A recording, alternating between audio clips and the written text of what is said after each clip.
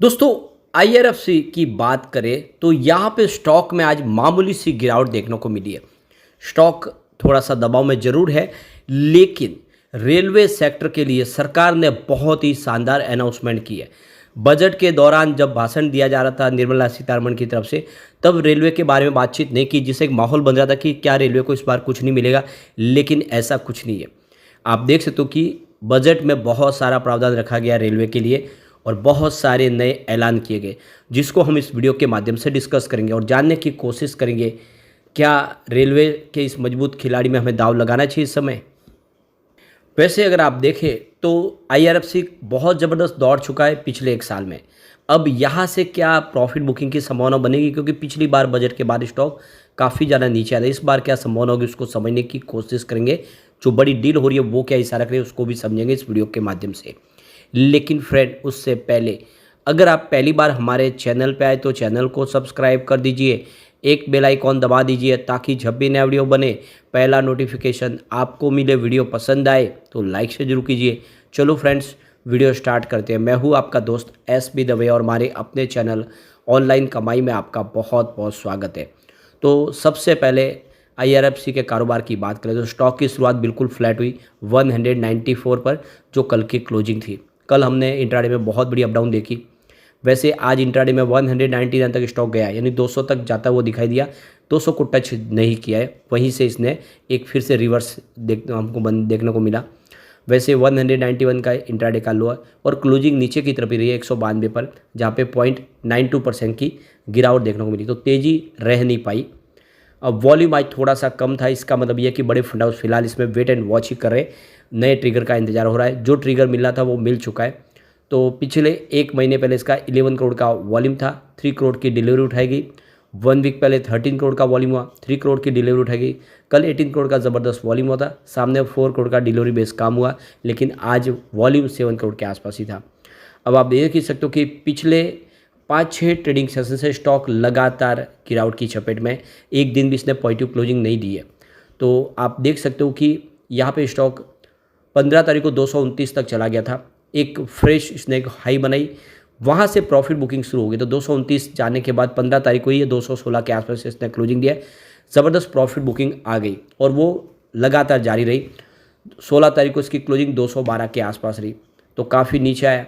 फिर 18 तारीख को स्टॉक गिरते हुए 205 पर आ गया। 19 तारीख को भी लगभग वही फ्लैट क्लोजिंग रही और 22 तारीख को 204 के आसपास क्लोजिंग रही। यानी थोड़ा सा स्टॉक चढ़ने की कोशिश करता है, लेकिन बिल्कुल हैवी सेलिंग आ जाती है। और फाइनली 23 तारीख को स्टॉक 200 से नीचे उतर गया और क्लोजिंग 194 के आसपास रही। और कल देख सकते हो कि 209 का हाई था और अंत में क्लोजिंग 200 के नीचे रही। आज भी 192 के आसपास क्लोजिंग रही। तो ये क्लियरली दिख रहा है कि बहुत समय से स्टॉक ऑलरेडी दबाव में है। तो जल्दी ही यहाँ पे एक अच्छी तेज़ी बन सकती है, लेकिन अभी थोड़ा और इसमें ठहराव देखने को मिल सकता है। अब यहाँ पे देखो कि रेलवे के लिए सरकार ने इस बार बजट के लिए खजाना पूरा खोल दिया सरकार ने, और इस बार रेलवे का जो बजट है उसमें 2,62,200 करोड़ रुपीज़ का बजट में आवंटन किया है, जो पिछले बजट के मुकाबले काफ़ी ज़बरदस्त है। और इसकी जानकारी हमारे रेलवे मिनिस्टर अश्विनी वैष्णव ने दी है। तो देख सकते हो कि रेलवे ने इस बार सरकार ने रेलवे के लिए अब तक का सबसे बड़ा बजट दिया है। रेलवे को मजबूत बनाने और नई सुविधाओं को लाने के लिए सरकार ने 2,62,200 करोड़ रुपए कैपेक्स के तौर पे दिए और gross budgetary report 2,52,200 crore rupees के आसपास है। और ये रकम फाइनेंशियल 2023-24 के बजट में 2.40 लाख करोड़ के आसपास थी। तो सरकार का लक्ष्य है कि अमृत भारत एक्सप्रेस जैसी ज़्यादा से ज़्यादा पैसेंजर ट्रेन चलाई जाए। बजट का बड़ा हिस्सा सेफ्टी के लिए जाएगा। करीब 1,08,000 करोड़ पुराने ट्रैक्स, सिग्नलिंग कवच और रेल के पुल निर्माण बनाने में लगाएगा। और इसके साथ में ही वंदे metro, Vande Bharat sleeper train भी बहुत जल्द पटरियों पर दौड़ती हुई नजर आएगी। वंदे मेट्रो कम दूरी के सफ़र के लिए होगी, जबकि वंदे भारत स्लीपर लंबी दूरी के लिए होगी और रात के लिए यात्रा करने के लिए होगी। इसके अलावा इस बजट में स्वदेशी तकनीक से बने कवच सिस्टम पर भी जोर दिया गया है, जो ट्रेनों की सुरक्षा के लिए और इसको मजबूती प्रदान करेगा। तो आर्थिक सर्वे 2023 के मुताबिक देखो कि 5 साल में रेलवे का जो पूंजीगत व्यय है उसमें 77% की वृद्धि देखने को मिली है।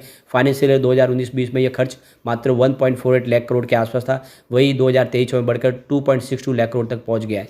रिपोर्ट में बताया गया है कि 2023-24 में 673 करोड़ यात्रियों ने ट्रेन में सफ़र किया, जो पिछले वित्त वर्ष की तुलना में लगभग 5.2% अधिक है।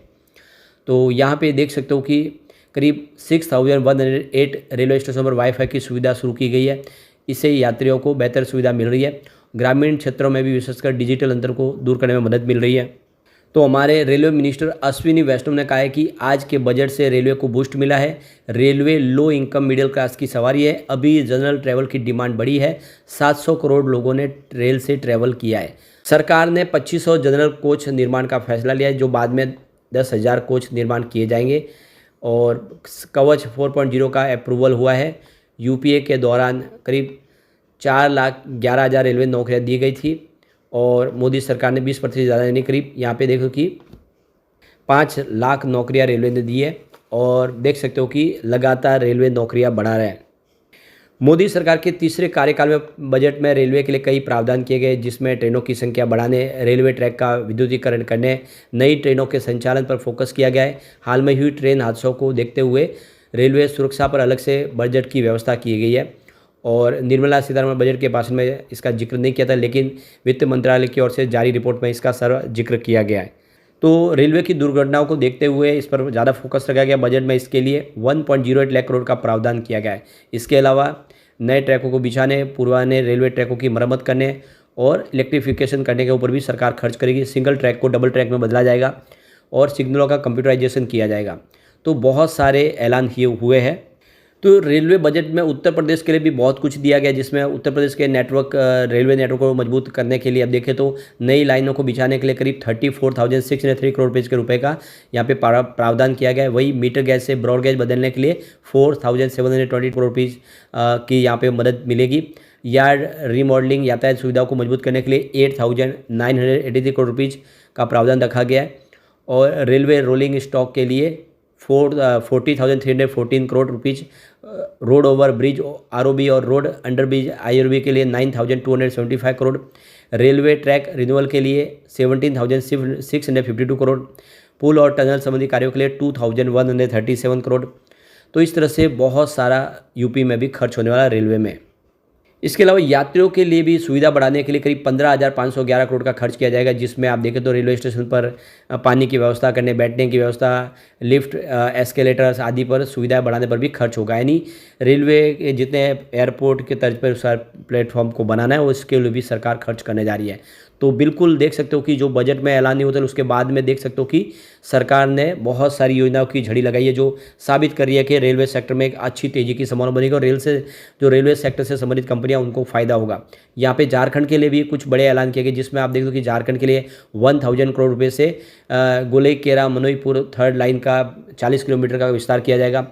250 करोड़ रुपये से देखो कि बदमुंडा रांची रेल लाइन का करीब 58 किलोमीटर का विस्तार किया जाएगा। और 9.50 करोड़ से रांची लोहरदगा टोरी का 130 किलोमीटर का विस्तार किया जाएगा।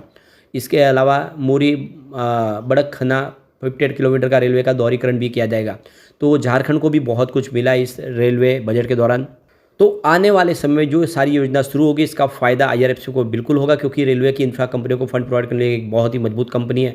किसी भी कंपनी को अगर प्रोजेक्ट मिलेगा, फंड प्रोवाइड करेगी आईआरएफसी। अब कुछ डील हुई, उन डील की तरफ चलते हैं। तो सुबह 9:15 पर 197 की प्राइस से 3,21,000 शेयरों की खरीदारी हुई।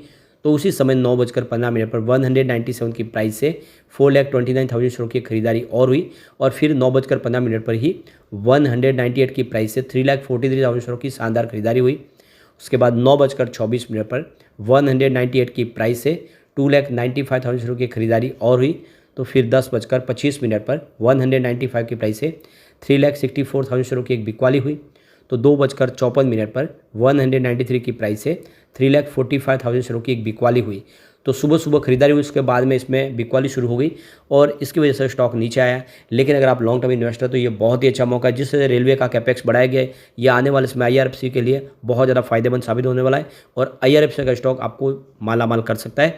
लॉन्ग टर्म में निवेश के लिए ये बिल्कुल सही स्टॉक इस समय दिखाई दे रहा है। लेकिन फ्रेंड, कोई भी इन्वेस्टमेंट करने से पहले अपने फाइनेंशियल एडवाइजर से बड़े ले लें या अपना खुद का रिसर्च करें, क्योंकि मैंने वीडियो आपके एजुकेशनल पर्पज़ के लिए ही बनाया। वीडियो पसंद आए तो लाइक शेयर जरूर कीजिए और चैनल को सब्सक्राइब कर दीजिए। Thank you friends.